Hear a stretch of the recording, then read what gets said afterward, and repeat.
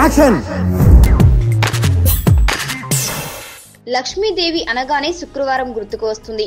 అసలు శుక్రవారమే లక్ష్మీదేవిని ఆరాధిస్తారో తెలుసుకోండి. మన పురాణాలు చెప్పిన దాని ప్రకారం రాక్షసుల గురువు శుక్రాచార్యుడు. ఈ శుక్రాచార్యుల పేరు మీదగానే శుక్రవారం ఏర్పడింది. శుక్రాచార్యుడి తండ్రి భృగు మహర్షి. ఈ భృగు మహర్షి బ్రహ్మదేవుడి సంతానంలో ఒకరు. ఇతడు లక్ష్మీదేవికి తండ్రి కూడా.